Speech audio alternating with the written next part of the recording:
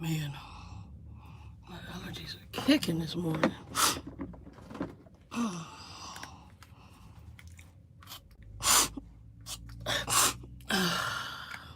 Hey, Judy Drone, good morning. I don't know who all is in here yet. Some people dropped in. I haven't started talking. Let me turn this around. Good morning, good morning, good morning. Who else is in here? We'll wait, see if anybody else comes in. What you doing, Judy? I'm getting unloaded. Y'all have to forget my allergies are kicking this morning. It's cool, and I also been blowing the dust out of area, like I blew the dust out that little closet yesterday. Hey, Trucking with CB, good morning, good morning. Hope y'all are being blessed and safe in wherever area of the country y'all are in. Forgive me, my allergies are going, so y'all gonna hear me do my little snorts and sniffs. I just sprayed my Nasonex up my nose, or generic Nasonex. It's that time of the year anyway. I'm delivering to South Plains Food Bank. Let me turn this around. I'm delivering here. And I picked up and y'all see that's pretty, some kind of orchard. I usually deliver to that place over there. That's the United Grocery Chain place called Yano. She said, just looking at different stuff on YouTube. And you know, the sad part is, used to be, and I'm 50, getting ready to be 51, right? It used to be that we would sit in bed and watch stuff on TV. And now, even with cable, ain't crap on TV. It just is horrible. Is it my eyes are watery? It could be. Out here in Lubbock, they have something called ragweed. And it's really, ragweed and me don't get along good at all.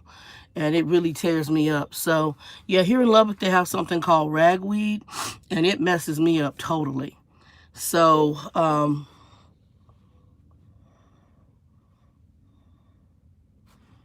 eyelash, it's curling. So anyway, right now I'm getting unloaded. They were unloading the big things of potatoes.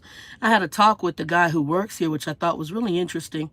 In Arizona, we have food banks too. Ours is usually St. Mary's. We have a couple, but I know St. Mary's was the more popular one. And one of the churches I belong to, you could just get a box. Anybody could get a box. You could even go to the food bank and buy it independently. Here, they require an agency, church, or a group to buy it. And then you could get a ticket at the church or whatever agency you buy it from and pick your boxes up. Whereas in Arizona, you could just go to St. Mary's and pick up your boxes. And they usually charge like $10 for a meat box, which is like frozen meat. And that could be usually consisted of either chicken or chicken, sausage, maybe some bacon, whatever meat was donated to the food bank. Then you also could buy a dry good box, which usually was your canned goods and any cereal, stuff like that. And then sometimes they would have a dairy box, like, you know, your milks and cheeses and stuff like that. So you could spend anywhere from 20 to 30 bucks with the food box, and have a food box that would last you a good month. And I used to do it just when I was budgeting. It was a really easy way to budget. And it really brought in some of your staples. Some people's like, well, why would you need to do a food box if you're making good money? Well, you have to understand the food box, if they're selling it, all that stuff is being donated to them. So they're selling them. And the reason they sell, they'll donate. Some of them they'll give away to people who really need them. They won't, there's no selling, they'll just give it away. But oftentimes they'll sell them because it takes care of their overhead. It also helps them with other areas of charity that they're doing, because usually they're doing some other charities, and or it takes care of the building if they're paying people here who aren't volunteers to work here. So it takes care of a lot of stuff. So actually that was money that went somewhere, and it benefits you as well. And when that was explained to me, because at church I was like, oh, I don't need a food box, you know what I mean? And the lady who used to run our food pantry, she said, girl, get a food box. I'm like, well, you know, that's for people who really need it. She said, the money you're putting in is a give. You're basically almost giving money to buy what was free food given to the food bank. Good morning, MJ63.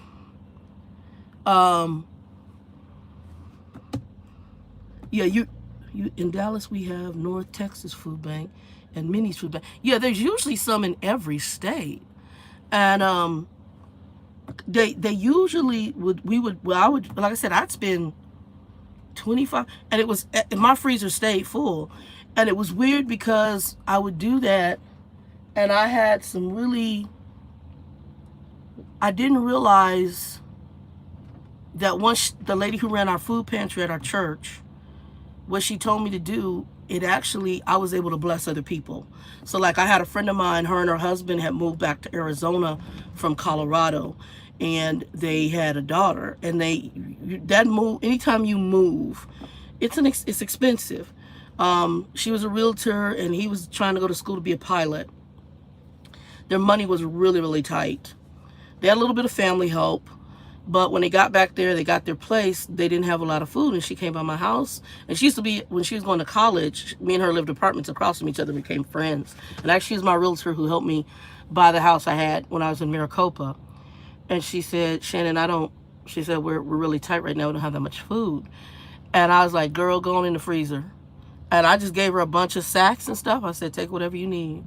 I said, and then look in the pantry and take whatever you need. Because I had all the stuff from the food bank that I would get. I just get it monthly.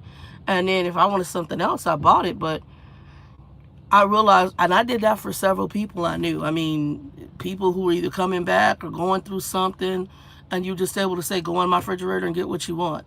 So it was kind of cool. But I was talking to this guy, and I guess the load of potatoes I had were bought by the Mormon church and donated here to the food bank. And then they'll come out, and I'm buying, it's not boxes, y'all. It's the bags, like the totes of potatoes that are almost as tall. I think they're as tall as me, full of potatoes and pallet side wide. So as big as a pallet is, that's how big that bag is.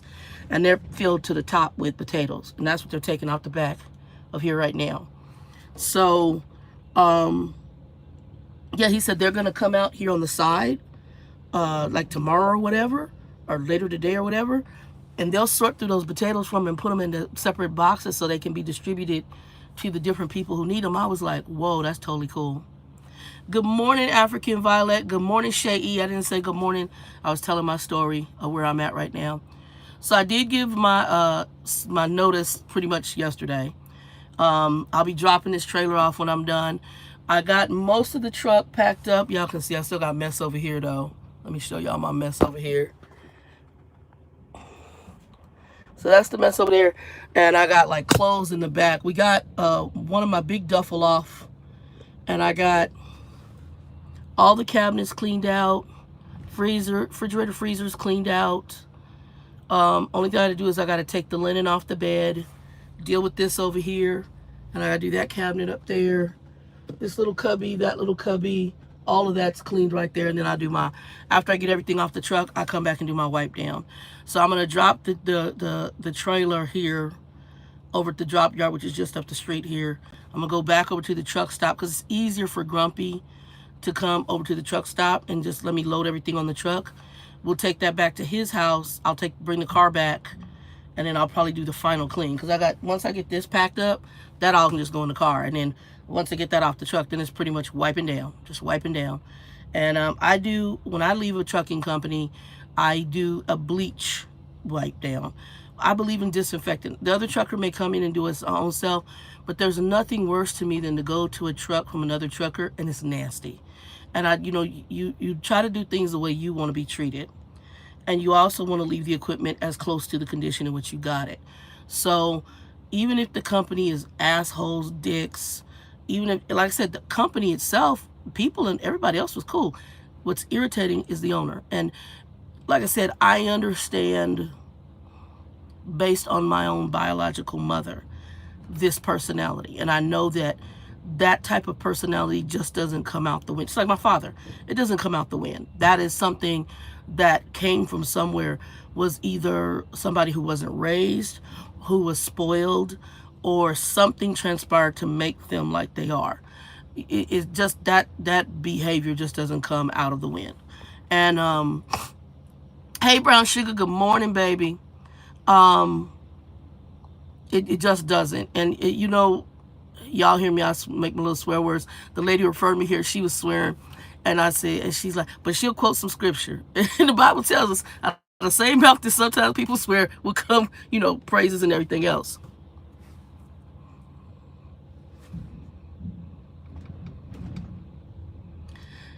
Oh, you mean once you get them, Shay, you got to clean them? Well, I always clean the truck again, but I've never gone into a truck for the companies that I've worked at that are filthy. They might not have cleaned them well, but I've heard horror stories. Yeah, when I left the last when I tried to do the little lease purchase with this other little company where I had that brownish and honestly, I wasn't feeling two things. I didn't like the driver manager. They did switch me to somebody. He seemed to be cool, but I hated that truck. And I was like, I'm paying $760 a month for this truck, and I really hate driving the East Coast 24/7. I can't stand it. And so pretty much they were going to keep you up on the East Coast.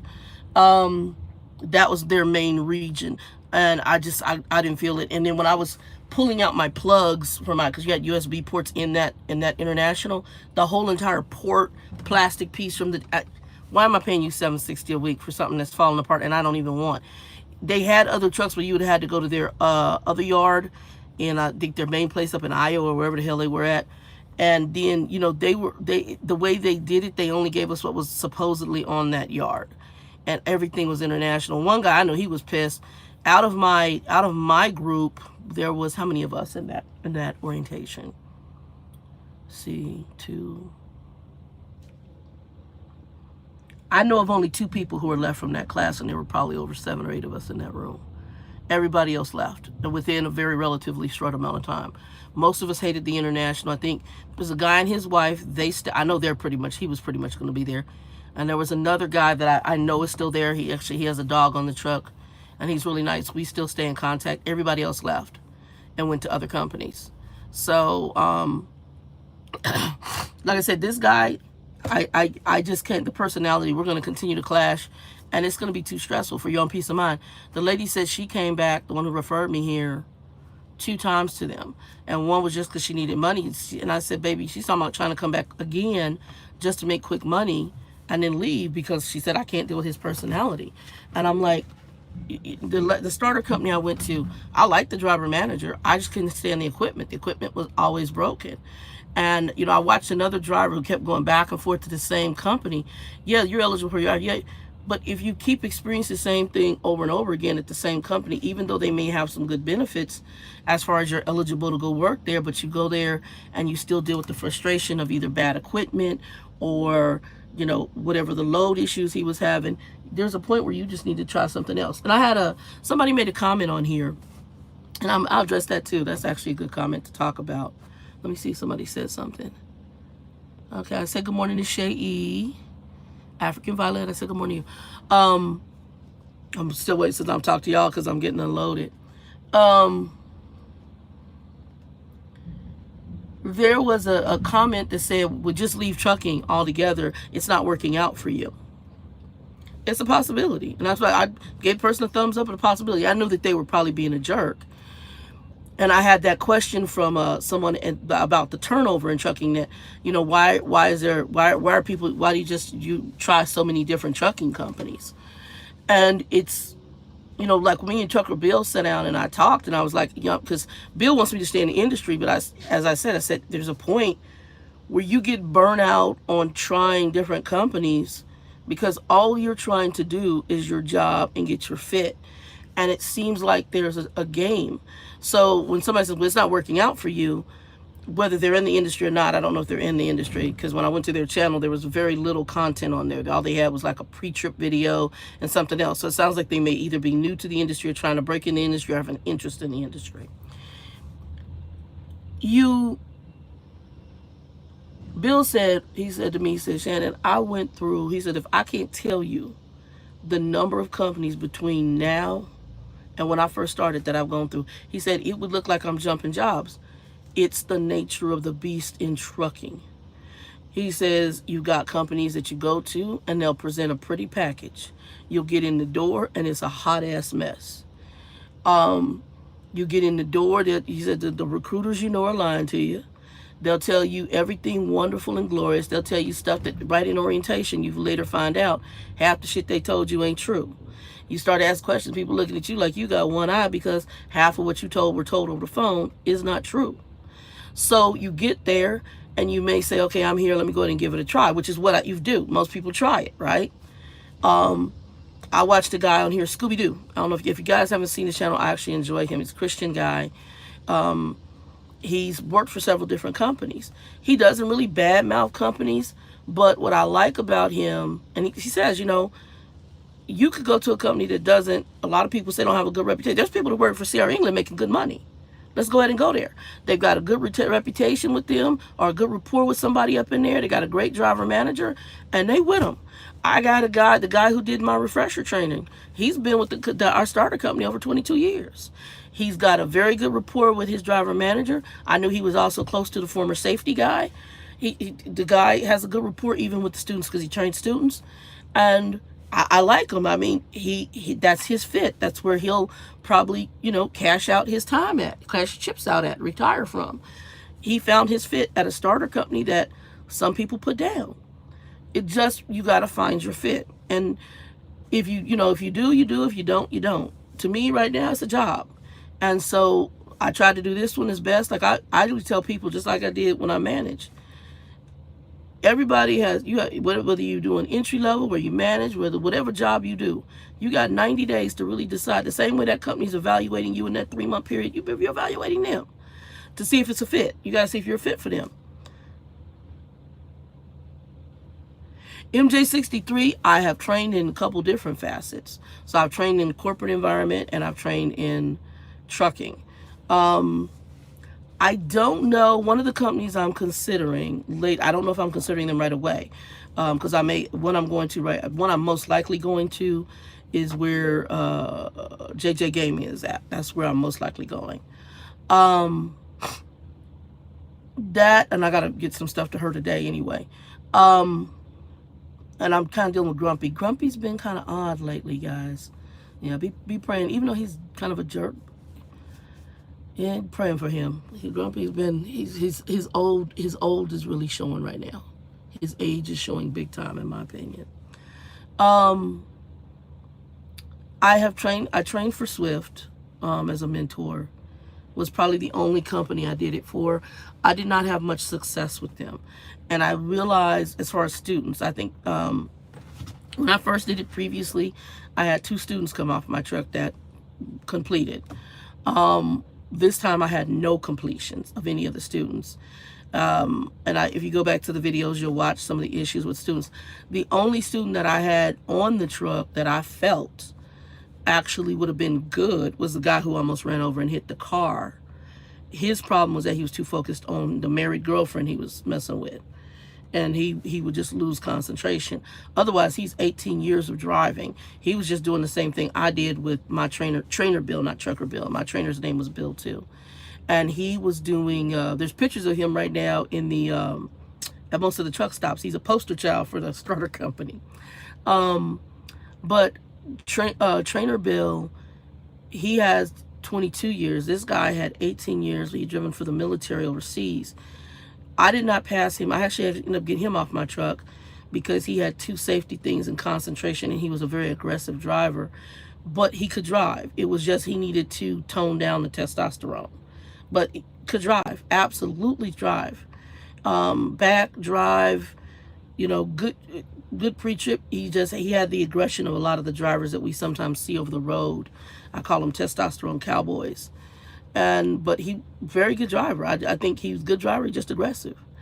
And I was trying to tell him, with the new sensors that most of these companies have on the trucks, you can't be that type of aggressive drivers. They don't have to fire you anymore for having an accident. They can look at it as, if they have all these sensors start tripping on this truck, they can keep doing safety records of you, and the next thing you know, you're talking to your safety guy. He's got 6 safety, hard braking, driving too close, stuff like that. They get a number of those, and then basically they have to say, you're not a safe driver. You don't want that on your DAC. You haven't hit anything, but there's just, there's cognizant ways to drive, and basically what they're telling you is reel it back.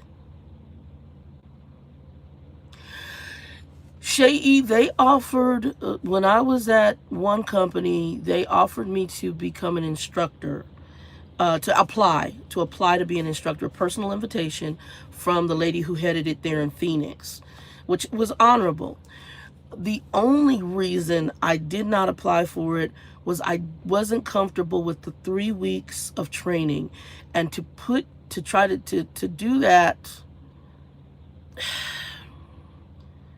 to train somebody in 3 weeks to do this job is insanity. Hey son, I just mentioned you. Oh,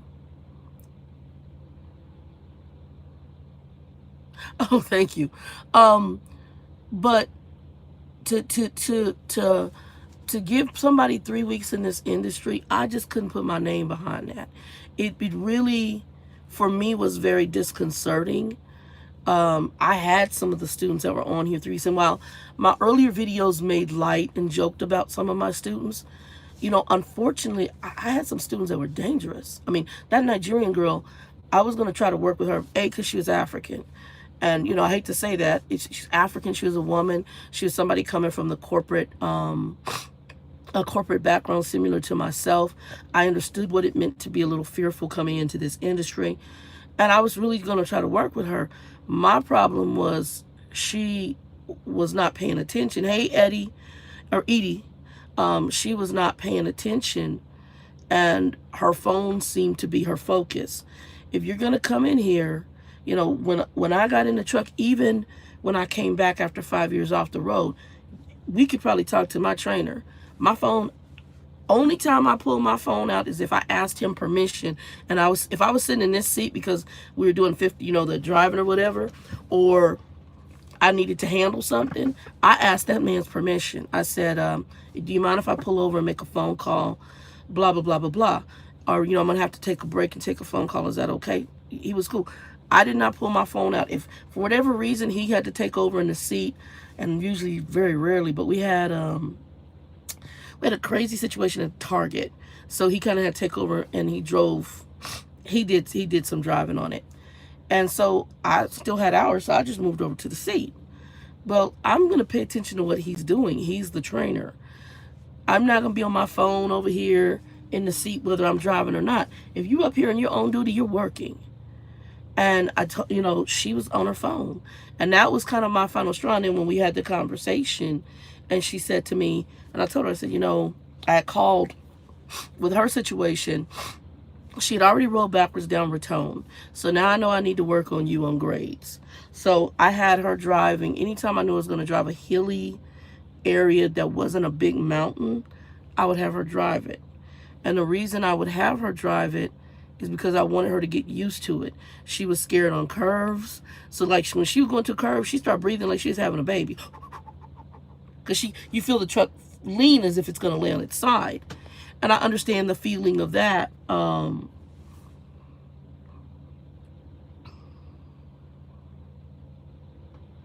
Okay.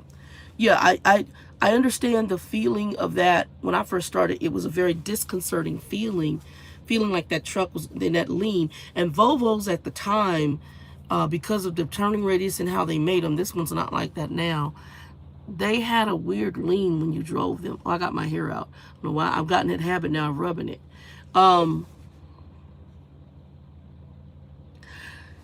Well, it was more so. So if you had a heavy embanked, you guys know what embankments are, right? Where the road is leaning at an angle. It's usually meant for water and snow runoff.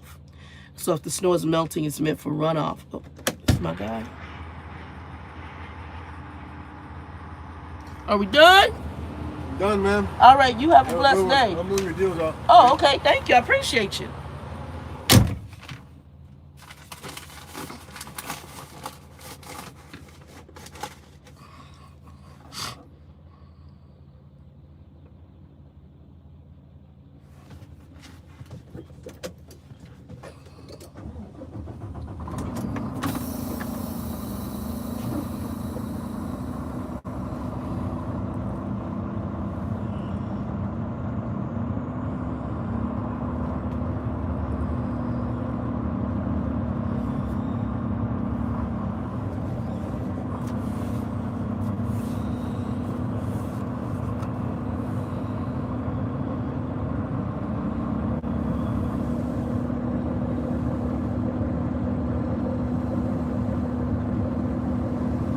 Hold on, y'all. Sorry about that.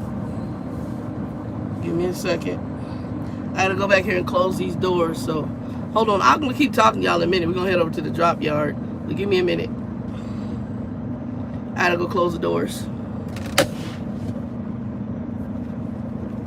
And then the drop yard's right up the street, so y'all can just ride with me and we'll talk more about everything in a minute.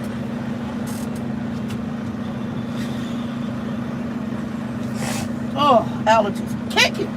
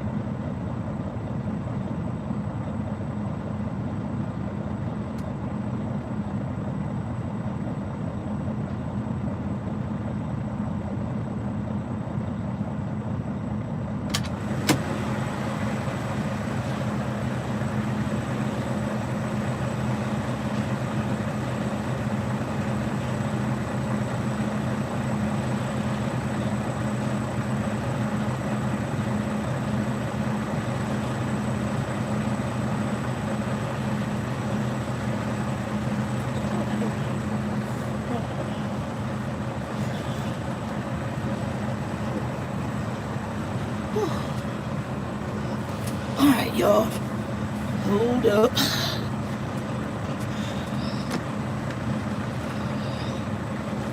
Whew.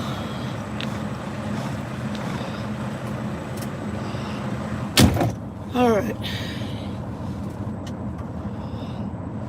We'll roll over to the drop yard real quick.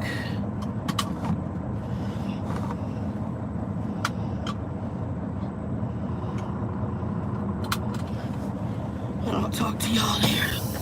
Yeah, anyway. Look, I don't know if anybody else came in. I'll look in a minute. Morning magical gal. A magical girl. I just delivered the final load with these guys.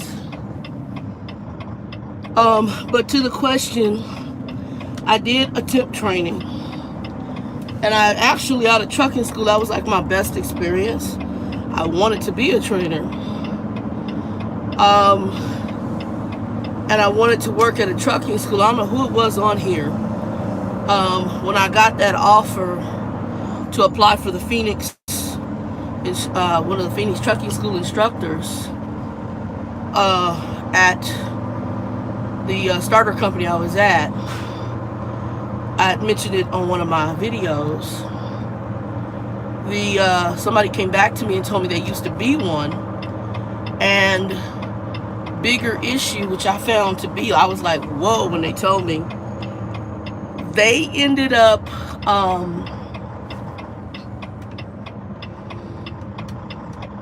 on, y'all, get my mirrors back because I backed and I adjusted the mirrors.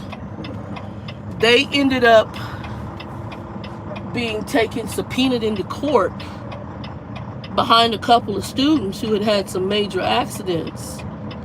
And they told me that one of the reasons they left from working as a school instructor at the trucking school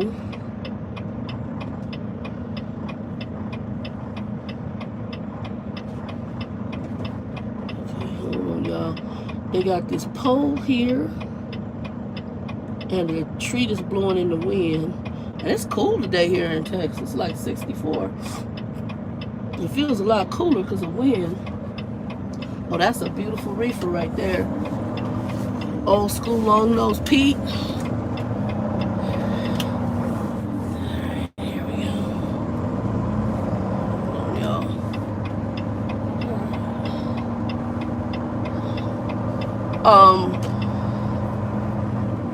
I'll wait to get across the tracks. They actually had applied and been an instructor, and then got subpoenaed because a couple of their students had some really bad accidents. Sorry about that, y'all. And the accidents that they had,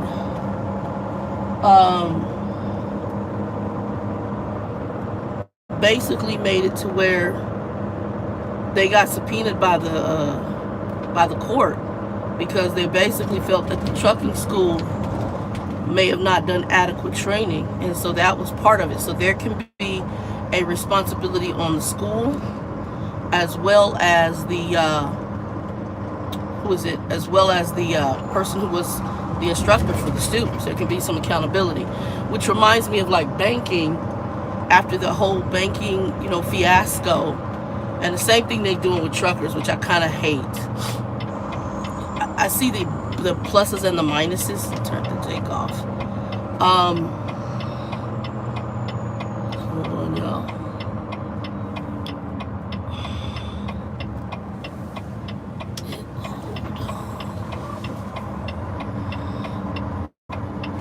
Going to the drop yard.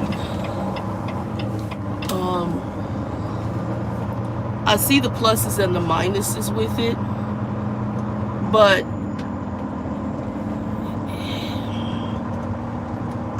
I can see how some schools can be, I can see the responsibility. It's just like the Nigerian girl that was on my truck, a lot of them, in her first, she went through that school twice, and they failed quite a few of them, and I think she also failed initially. And one of the girls didn't agree with it, and I guess she went and got legal help, and they brought the class back because they were going to sue the company, or I guess threatened to sue the company. Hell, it was so bizarre. And then all of a sudden she passes, that, because like I said, there were things I saw with her that were very questionable. She really wanted to do it. I think she wanted to do it. However, she didn't, it's not like a corporate job. She's up here building spreadsheets for something, and it's not like a corporate job. There's some issues. Just issues. The girl had issues. After I get done, I'm going to go back to the truck stop and unload the rest of the stuff, and then do the wipe down, and then we'll take it over there after I get that done. Let's see where I want to go.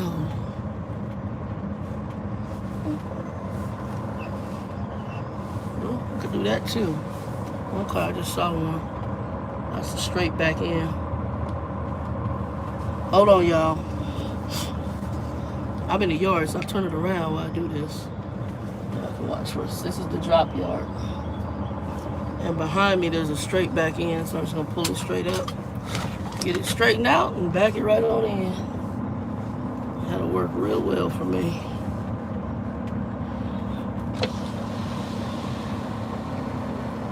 Alright, let's see what we got.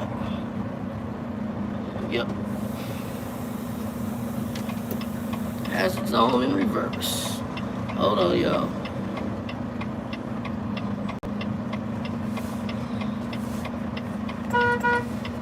Nobody's behind me, but always that thing, you're supposed to honk that horn when you get ready to back.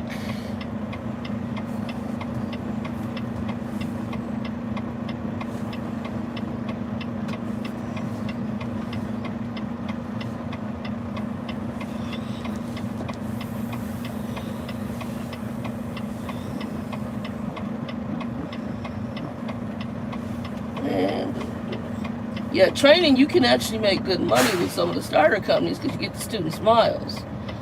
It's just You know, in trucking, there's really no screening of people. So you get all sorts of personalities, and you get somebody crazy as a box of rocks, which I've had. You know, like I said, I had the guy who was up in here talking in voices.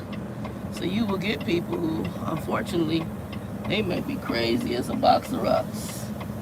All right, y'all, give me a minute. I got to get out and drop the trailer. I'll be right back. I'll be right back. Let's get that done.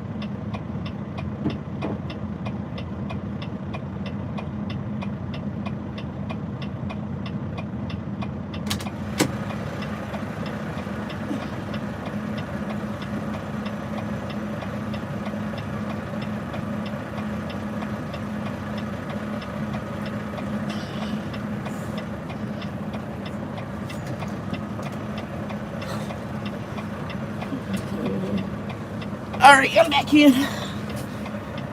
Whew. When you drop your trailer, something I learned that I didn't do and didn't learn in trucking school was that if you drop your airbags, it keeps you from possibly bending the frame of the truck. So at my trucking school, I remember when you pull out and the truck will go pop, you know, that thud. Don't do that. Anyway, so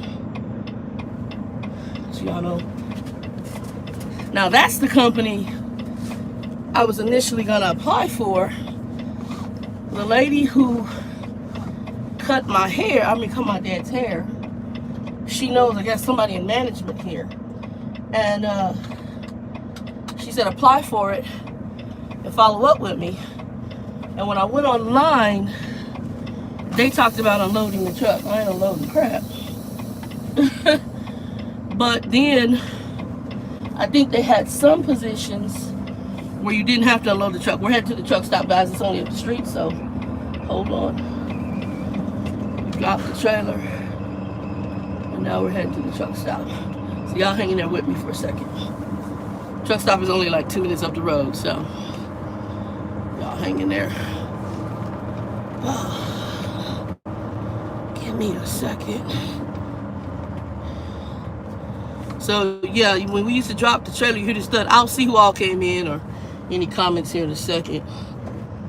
And then that's I'll get off. Probably I'll talk to y'all for a few more minutes at the truck stop. And then get off truck. But yeah, I did think about, like I said, I like training. I mean, in a corporate environment, I really like training.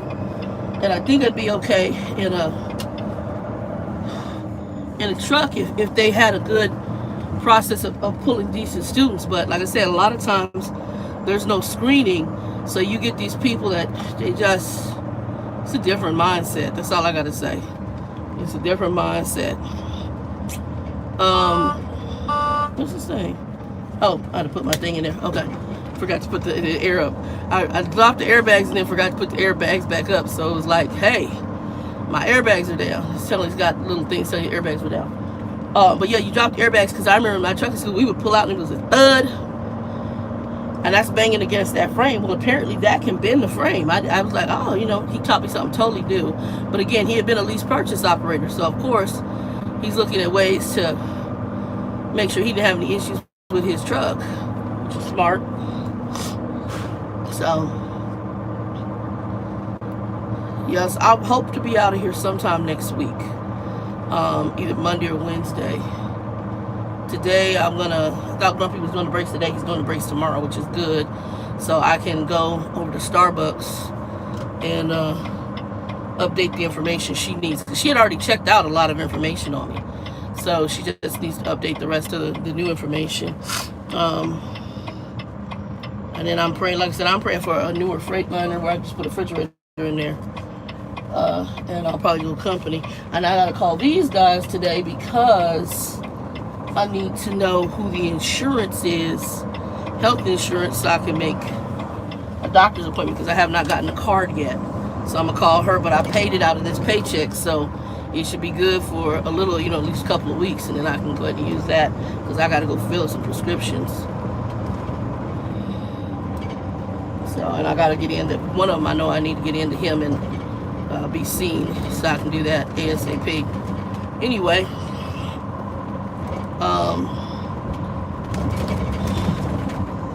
Yeah. So that's pretty much, y'all. I'm sorry, it's bouncing. This is what do you call this thing? The Steely. And the Steely's okay, but if you're moving, it doesn't hold the phone good. So I'm actually gonna end up probably getting something other than Steely's. If you steal, the Steely is great. If you're moving, it sucks. Oh man, my allergies are kicking. Yeah, so trucking school, I thought, like I said, I thought about it, and like I said, had it been like, if they had like a 6 weeks program, I probably would have done it. And I still don't think 6 weeks is adequate enough time for, I don't think 6 weeks is adequate enough time for a student. I think it needs to be a lot longer. Yeah, everything is within 1 to 2 minutes of each other up here in this area where I'm at. So like the trucking, the drop yard was just like a minute up the street. The trucking company is just like a minute up the street. But yeah, I didn't think it was adequate enough time, and and then when somebody had told me, hey, you can be subpoenaed if the student doesn't do well, I was like, okay, I'm cool on that subpoena crap. This wind is blowing, and that's yard is dirt. Excuse me, it's a dirt yard. Yeah, I'm cool on the whole subpoena if the student don't do well. I'm cool on all of that. And the student hits somebody, kills somebody, and then there's accountability on you. That's one of the other reasons I really don't particularly care working in banks anymore. The sad part was I got out of, when I was at Wells, I left them. I was on the sales side, and I thought the way they had described it in the job description, I felt that it was just opening of accounts.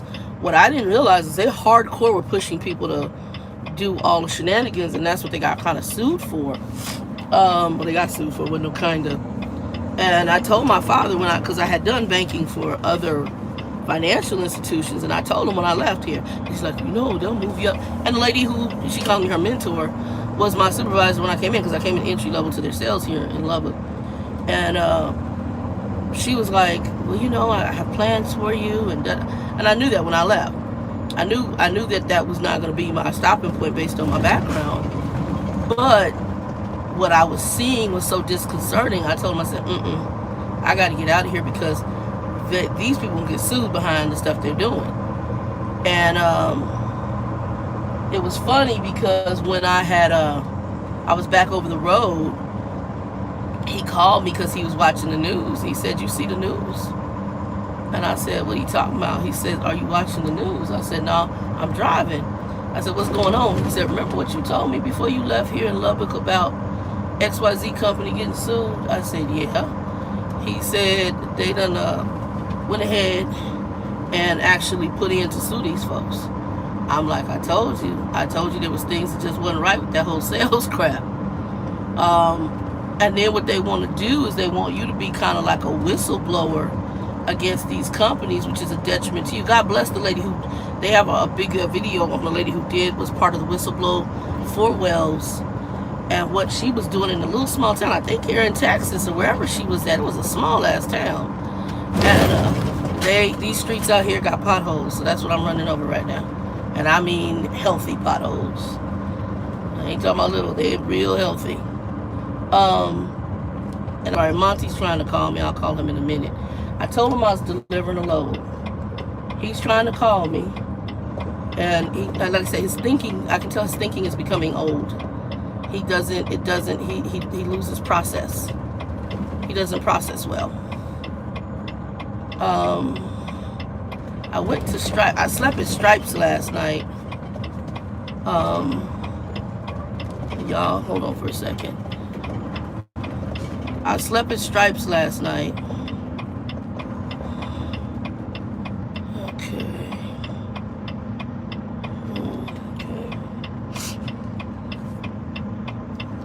And somebody was knocking on my truck, and I'm presuming that when I've had it that continuous, usually if you ignore them, they go away. They're either begging for money or it's a lot lizard. I think it was a lot lizard.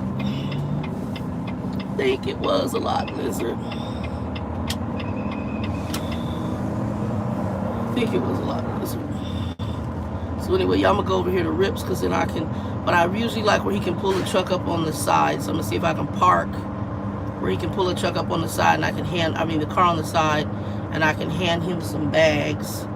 And then I told him to go to the credit union. And actually when he comes, you know what, that's what I'm gonna tell him to go to the credit union and come over to Rips. And then that way we can unload the rest of the stuff here. Let me see. Y'all want to see Rip Griffin's? I'm in the parking lot. This is Rip Griffin's parking lot. Rips has been an old school truck stop here, I guess, in Lubbock for a long time. Even Trucker Bill knows them. And there's a little, as Monty calls it, a playa lake, where the water just pools there. They've been around for a long time. And basically, I'll pull up here. And that's one of my the truck in front that I'm getting ready to be in front of here. The blue one that's just like mine. That's one of the company trucks. Remember, Mr. Control Freak, park your truck over at the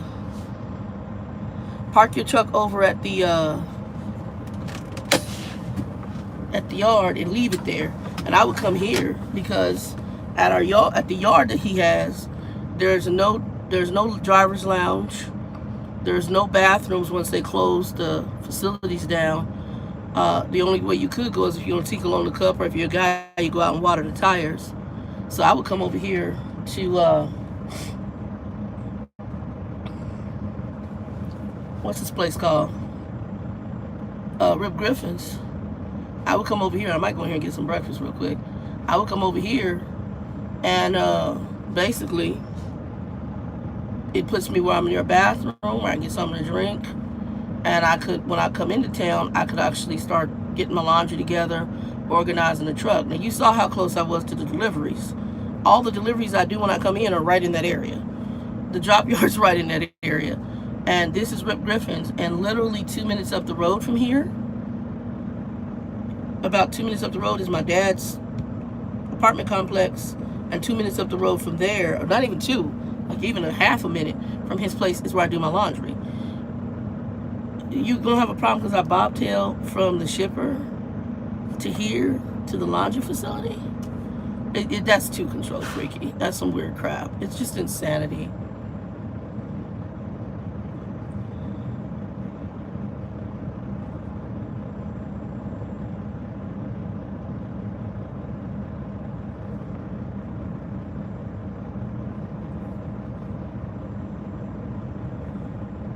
Oh, let's see what we got. Okay, Brown Sugar, I said good morning. Hey, Rochelle, sorry I didn't say good morning.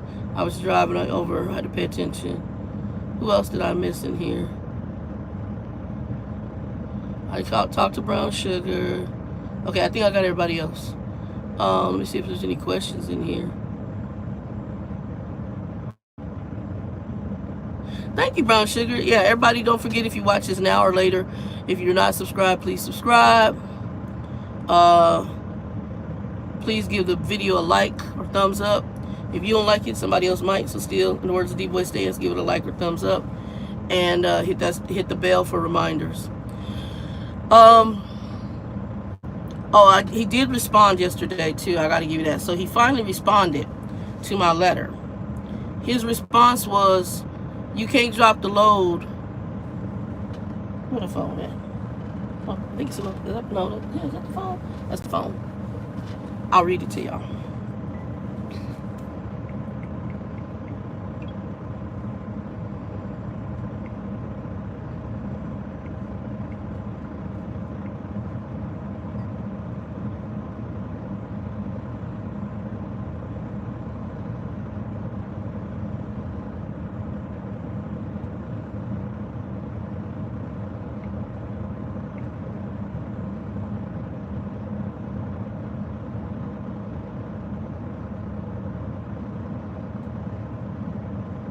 Let me go here.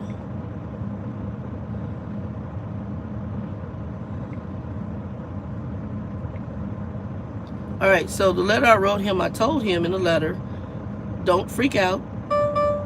I'm going to deliver your load in the morning, because you got to dress him, because it's all he cares about is that load. I said, Michael, don't freak out. I'm going to deliver your load in the morning, and then I'm going to take the trailer to the drop yard. Okay, very clear, very clear. And then I went into my leaving.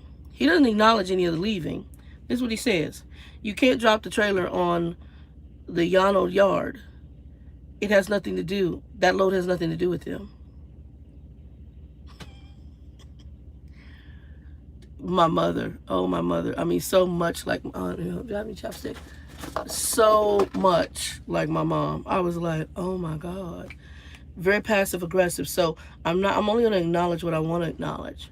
And it's a way, y'all forgive me, it's like a lip lotion, but I do it all around, and I know it looks kind of nasty, but I do it all around because my lips get really dry. And it's something I found at Walmart. It's called lip serum, and I guess it shows a little bit. I use it all around because I get dry all around there. But yeah, just very passive aggressive, control freaky, and I forgot who it was yesterday that said it was passive aggressive because it was his way of not acknowledging that you're leaving. I didn't even look at that. I was like, pfft. Now his son came back, who's a safety guy, and he came back very short and sweet. Thank you for all of your hard work. Best wishes to you in your future. Professional. I was like, oh my God, I really want to hug him.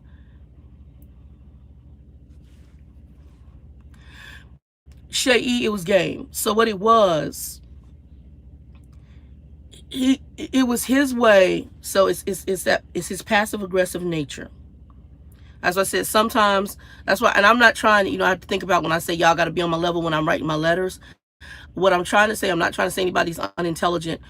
What I'm saying is, you have to understand somebody who has passive aggressive tendencies, and you have to understand people who can talk to you in a way or write in a way that I can tell a person off in the very nicest way in a letter. I've written letters at companies when I leave, and I've written them for other people to basically nicely tell them how effed up they are without saying your company's effed up. But if you read between the lines, you'll know that's what I'm saying. I've had friends of mine come to me to do their resignation letters for companies where they were very, what I would call toxic environments, which because of him, it makes this company toxic. Um, and and I've written the letters. When you read the letter, if you took it somewhere else, they would think, oh, she's really being nice. But throughout the letter, it was very facetious, meaning that it was very sarcastic. Um, okay, one magical girl got it. Is his way of keeping control without actually having control. Exactly. So she's reading between the lines of what he's doing. So I'm going to see if I can explain it to you, Shay, what he's doing. They have a drop yard. So they use the drop yard for a company called Yano. Yano is a distribution company for United Grocers, Albertsons now, Safeway, because Albertsons bought United Grocery Chain. Okay, so Yano here in Lubbock is the company that has been doing the United Freight for this little South Plains, Texas region. Okay, Albertsons did not come in for whatever reason at this point and take that over. I don't know if they will, but they haven't as of yet. So he subcontracts to Yano and takes their freight and brings in their produce. And so he has a subcontract agreement. He also has arrangements to use their trailer drop yard. He doesn't have his own drop yard. Again, this gentleman only has maybe 100 trucks, okay? So he doesn't even have his own drop yard. He does not have that, okay?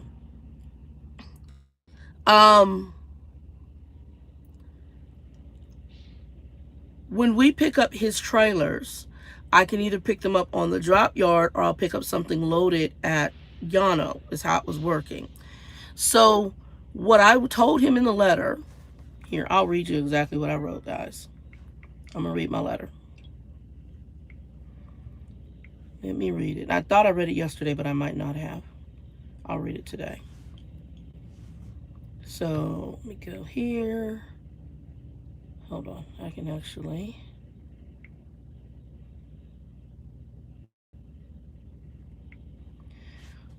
Okay, here's what I wrote yesterday.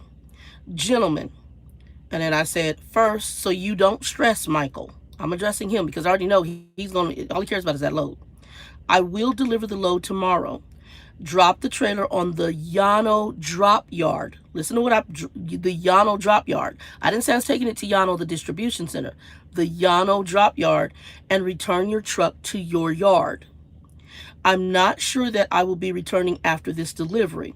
While I was out, my sister and brother came down in order to check on issues I brought up to her I noticed on my prior time here. After our conference call regarding those issues, I realized I'm getting ready to have to set some things in order. So I'm really using grumpy as the reason for leaving in a sense, but he knows why I'm really leaving. I'll have paperwork, fuel card, and everything else returned as well. What I loved about your company is your equipment is impeccable, reefers as well as the truck. I didn't experience that with the fire company I was with. But their pluses was that the driver-manager relationship that I had both in 2010 and most recently with that company were excellent. Each company has its wins. I'll confirm things no later than the end of the week, but based on the conversation with my sister, I pretty much know the outcome. Thanks and my name, right? Now, it's very clear I'm not coming back to the company from that letter, but it's also clear I'm telling you the only thing I liked about your company was your equipment. And then I use the example to, again, read between the lines. What I'm saying to him is my driver manager relationship at my prior company was good. I didn't mention anything good about my driver-manager relationship in conjunction with you. So if you read between the lines, what I just told you is the driver-manager relationship with you is shitty. Because he's passive-aggressive, I'm sure he read that. Because what you have to do is you have to switch into passive-aggressive gear. And you have to switch into this kind of person's mindset. He wants to, like when he talked about the fact I didn't respond to his call ASAP. Well, as soon as you got to Denver, you should have pulled the truck over to the side of the road and called me. Let me tell you how dangerous it is. Just the only time you should be pulling over to the side of a road is if you're breaking down or you have a massive issue. Call ASAP means as soon as possible. As soon as possible to me could be as soon as I get the load to the customer in a timely fashion and then follow up with you. Call me right now, we have an emergency. That's a different story. But also what you're trying to allude to is that it was something that had to do with the load, but yet you couldn't tell me that yesterday, and it had nothing to do with the load. Because if it had to do with the load, you'd have had it resolved, especially just the fact we needed to find out who the person was. It was all BS. He never gave me that. So his way of passively aggressive dealing with the issue was to come back, because I'm not going to acknowledge you're leaving. Not going to acknowledge that. But I'm going to tell you, you can't drop the load at the... I clearly told you the drop yard. You do know Yano drop yard. You're able to read, right? And now I've got to talk to you again. See how I broke it? You have to... you can't drop the trailer on the Yano yard. I didn't say the Yano yard. I'm not talking Yano distribution. I said the Yano drop yard. I came back to him, and this is what I said. No, I'm delivering the load to the food bank tomorrow, and then was taking the empty to the drop yard, or where do you want me to put the trailer? He came back, and you know what he said? Oh, okay. Passive aggressive. And that's his control. That is the control stuff. That's the stuff I'm talking about.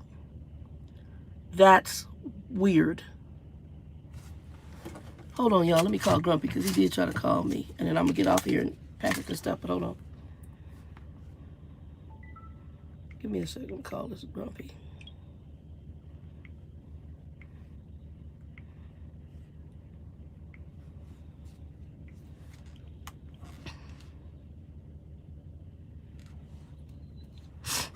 I think you got to head to the credit union. I'm telling him go to credit union and come over here to the Rips. Yeah, go ahead and go to the credit union and then just come over to Rips, and we'll load up the truck with what I have packed up so far. Or your car. Yeah, is that what you were calling me about a minute ago? No, go ahead and take care of your credit union, because that'll just give me time to pack up a few more things. And then I'll borrow the car and get the last minute stuff done, bring it to the house, and then come get you. We'll come back over to Rips, and we'll drive the truck over after I get it wiped down. All right, peace. So yeah, because it's easy. This is closer to his house. The terminal's not that far away, but it's about 7 to 10 minutes from here. So it's easier. This is closer to the house to just unload stuff, take it over there, and then I can wipe down the truck here. Because what I want when I drive on the yard, I want to drive in, get out this truck, walk in, and walk the hell out. I don't want no long conversations, which I normally don't have. That's because I usually get in and go. I'm not a person with a lot of long conversations. Let me see what she said.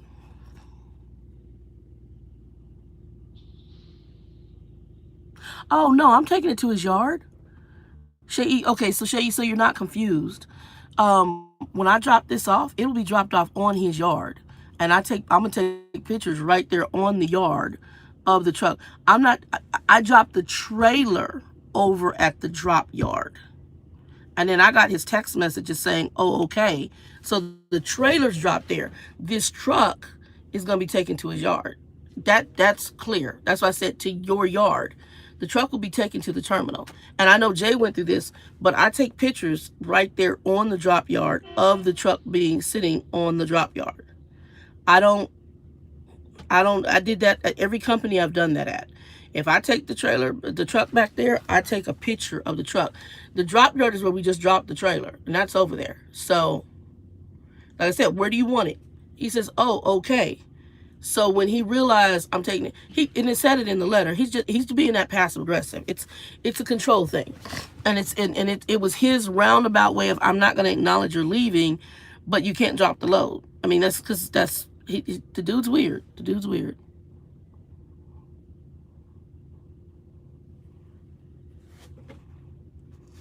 And I always check my DAC after I leave a company anyway.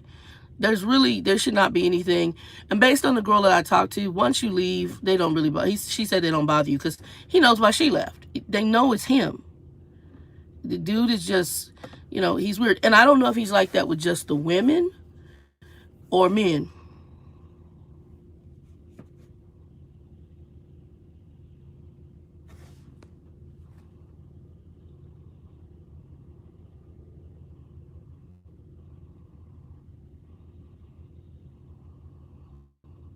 Yeah.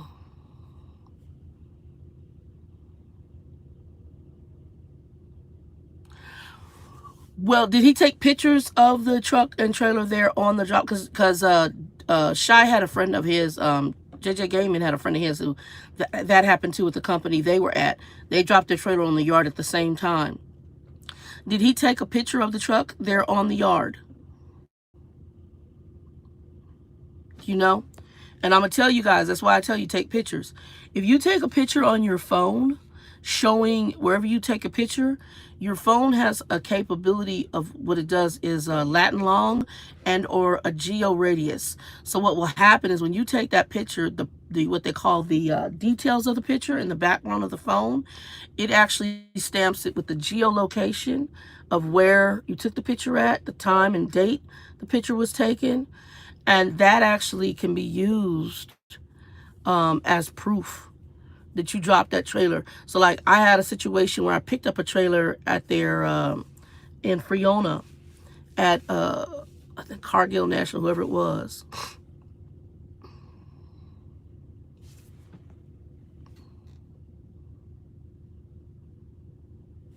Yeah, did he quit working for England, or is he did he go into another trainer truck?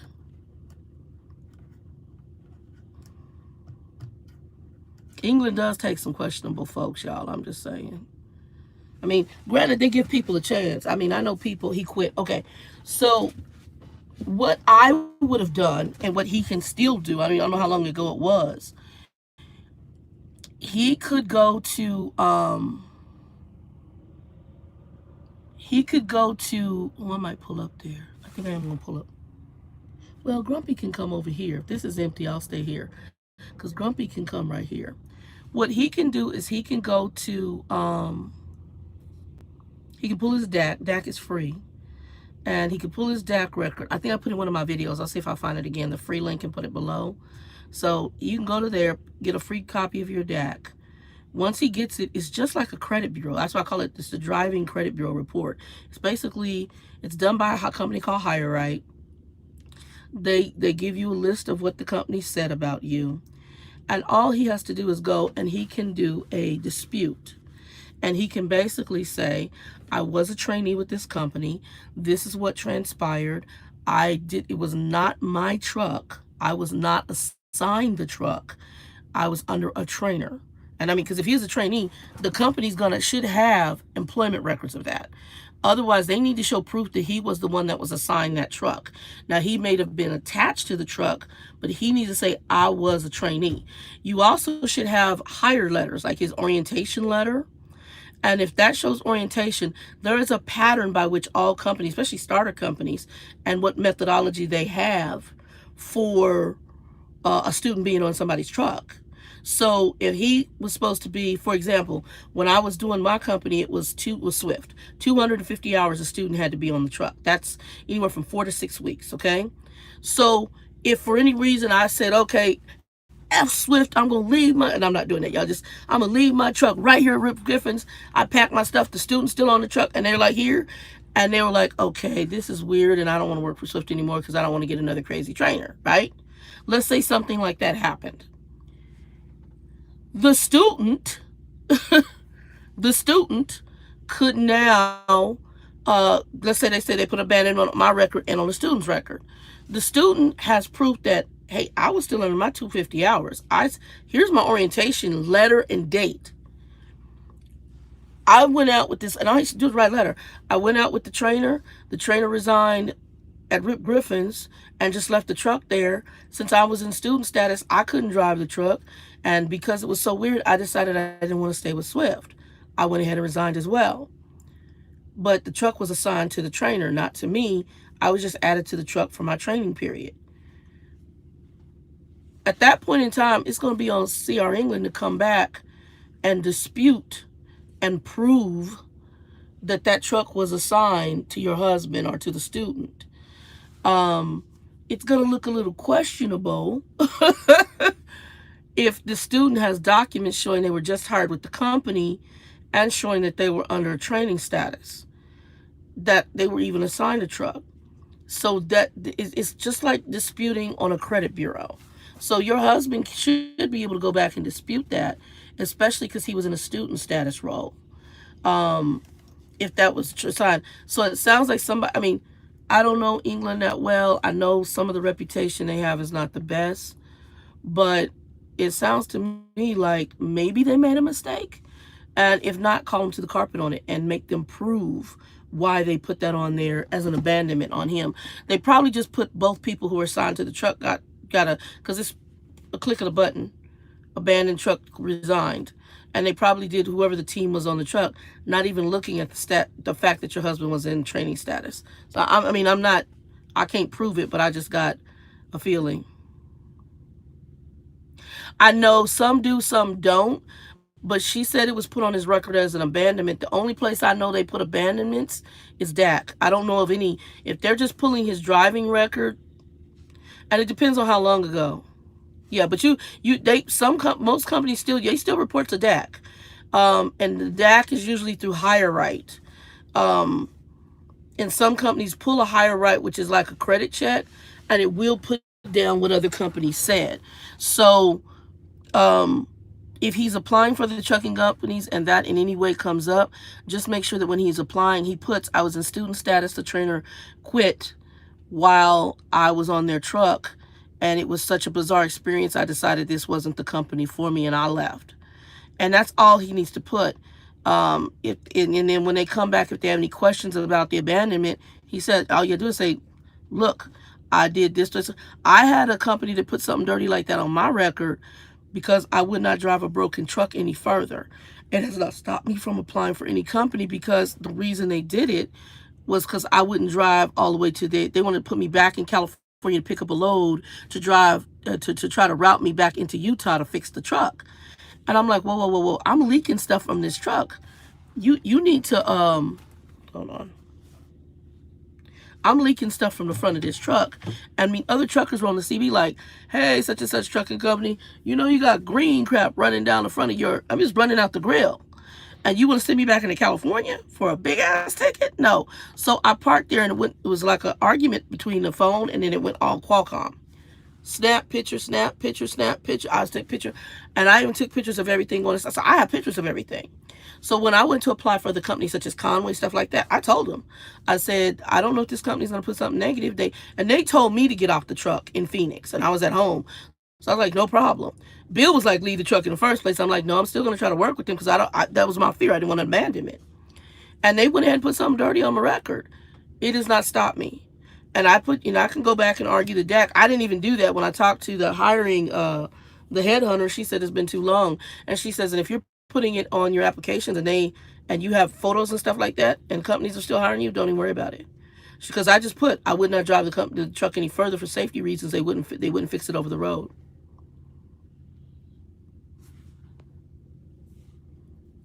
Okay, Shay, you understand what I'm saying? So yeah,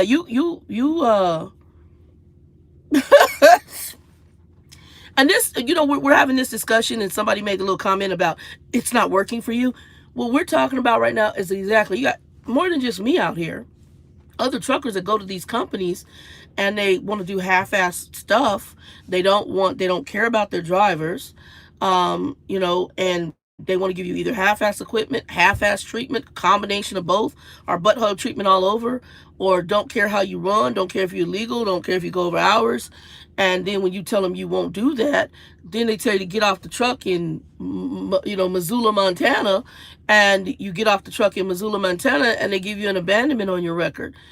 This is kind of what I'm talking about. You got to sit and really weigh um, what you're dealing with. You got to weigh what you're dealing with. And so that's kind of where I'm at right now. I have weighed what I'm dealing with, and I've had to, you may, and I realized after talking to Bill, he told me, he says, you won't believe the number of companies I went through as I started trying to move. Unfortunately, this is one of the natures of the beast. This is one of the problems in trucking.